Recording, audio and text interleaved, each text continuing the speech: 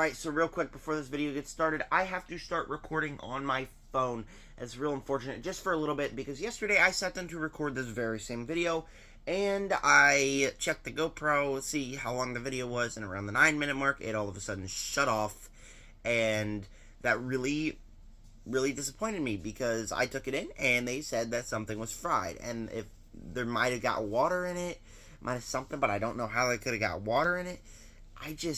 I really don't know. So you're going to have to deal with this kind of camera style and editing for a while. Believe me, I was really enjoying doing them the other way. But until I get another GoPro, I apologize. Let's get into the review. Alright, so Creed 3 is the latest film in the Rocky franchise. It's the third film in the Creed franchise, and this one follows Adonis, and he's retired, but when his old friend Damian gets back from prison, the past comes up to haunt him, and he must get back into the ring to defend the title. So I enjoy the Rocky franchise as a whole. It's not my favorite franchise, but I always enjoy sitting down just to watch some people get knocked around, you know, some boxing fights. And so going into this one, it's coming off what I think is the best sequel in the franchise, Creed 2. And so I was very excited for this one overall. Of course, there was drama. Stallone didn't want to be a part of this one. But it also had so much potential because Michael B. Jordan was directing. It's his directional debut. They got the king himself, Jonathan Majors, in this movie. So I was really looking forward to this. I really thought that this has potential to be another great Rocky movie. But was it?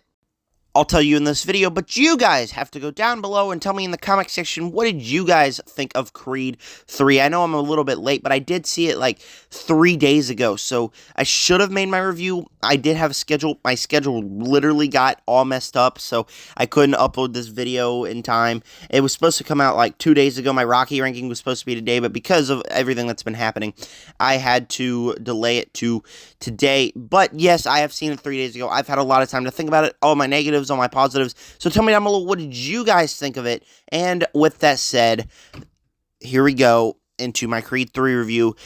And to be honest, this had potential to be one of the best films in this entire franchise. If we're being honest here, I absolutely freaking loved the first hour and 15 minutes of this movie. I'm not going to lie to you. I think the first hour and 15 minutes of this movie is top 3 in this franchise. Let's get into the positives here with the cast. Obviously, Michael B. Jordan is great in front of and behind the camera. He's got some unique style shots in his directing that we'll talk in a few minutes, but we also got to talk about his performance here. Every time I sit down to watch a Creed movie, I never really feel like Adonis is all that mature of a character. He's always kind of whiny. He gets his emotions in front of him all the time. So sitting down here, he's kind of matured here in this movie, and he performs it really well as a matured man that really works for this type of story, and that's something I really enjoyed here too. And obviously the supporting cast is also really good. Tessa Thompson, pretty great in this movie, and she's actually got something to do this time. Jonathan Majors, obviously it's Jonathan Majors, top 3 villain. There was a point in this movie where it was like, what is everyone talking about? He's not that great. Oh, wow. And then I sat back and was like, this man is terrifying. He's great. He's perfect as Kang. He's perfect as Damian. I just really thought this whole cast here was absolutely fantastic in this movie. The fight scenes, and now we're talking about Adonis and Michael B. Jordan's camera work, they're really good. At first, I was like, I don't think I'll like this animated style of fight because I like seeing like the fast pace, people get knocked out. I don't like seeing it in slow motion. I like seeing it fast to see how hard they actually hit. And at first, the first fight of this movie, I was like, okay, is that the style we're going? But the more the movie goes on, the more I learn to appreciate it and like it. Like, I've seen people all over the internet, like, the final fight's just them in a dark void and they're fighting each other. That was great. This movie isn't really about defending the title, but going back for Adonis's past. And I sat back and I was like, that is really cool. That really worked for this movie. And then, of course, other positives here. The way they explore Adonis's past really works. You sit back and you're like, yeah, but we never heard of this guy for 3 movies. Is this going to be like an F9? At least that's what I was thinking it's not like F9 at all. It makes sense how he would never talk about his past. It's dark, it's gloomy, and multiple times I had to go to the bathroom. I was like, I can't, because I am just so invested in the story, so interested in this movie, because all of that was done really well in such a stylized way to where the first hour and 15 minutes is probably the best stuff in the Rocky universe. It is done so well and so great. Unfortunately, the final 30 minutes made me go with a little bit of a negative outtake. Now, just to be honest, this movie's getting a positive score. Hour of 15 minutes, I will rewatch any day of the week. But the last 30 minutes kind of butchered it. I'm going to get to the mixed a little bit, and we got two things to talk about here. First up, spoilers if you haven't seen the movie. It's been out a week. There you go. You've heard it. When his mom died, I was like, that is a really good plot. Obviously, in the last third movie of the franchise, Rocky 3, Mickey died. So, of course, someone close to Adonis had to die, and it was his mother, and that was really emotional. But literally like 10 minutes later, the movie completely forgot about it, and he just gets it back into boxing like nothing ever happened, and it's never spoken about again. And I just, like, when I was in the car ride home, like, thinking about this movie, I was like, wait a minute, didn't his mom die? And then I was like, huh, I completely forgot about that by the end. If you're going to kill off a major character in the franchise, you gotta do it to where it doesn't feel rushed. And that's a big negative here, was that this movie, the final act, felt rushed. And we'll talk about that in just a second. I got one more mixed here, and that is Rocky Balboa. And normally, I would say, like, we all know he's not in the movie. Normally, I would say, like, oh yeah, Rocky needed to be in the movie, or oh yeah, Rocky didn't need to be in the movie. But I don't really know here. There are numerous times where I sat back and was like, Rocky needs to be mentioned. And it feels like Rocky needed to be mentioned in all these scenes. But they mentioned him once, and I was genuinely shocked that they even mentioned him. Because it felt like Rocky didn't necessarily need to be here, but he needed to be mentioned a lot. But because they didn't want to make Stallone mad or something, they just didn't mention him. And I sat back and was like, you need to mention Rocky more. Rocky's the base of this franchise. Rocky's the one who trained you, and it just feels like he disappeared. We at least needed a little peek at what he's doing. A little peek, like a little line or something to know. Because now it just feels like Adonis is mad at him. He doesn't compliment Rocky for any of his success at all in this movie.